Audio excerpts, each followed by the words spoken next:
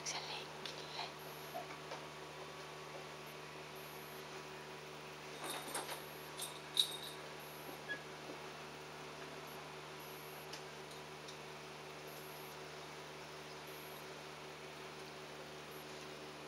Ne on sitten varmaan jalustimet mun jäljiltä viimeiseksi. Joo, oot sä käynyt täällä? Joo. Hyvä. Me käytiin yksi lenkki tekemässä. Me käytiin ihan päinsä. No voi. Sen verran, että Mikko oli pihas, että sen verran piti kiinni, että pääsin selkään ja sain Se ei mitään tuumannut. Meillä meni lenkki tosi hyvin. Turhaa, sä oot sit teet päällä. Niin. Se mitään.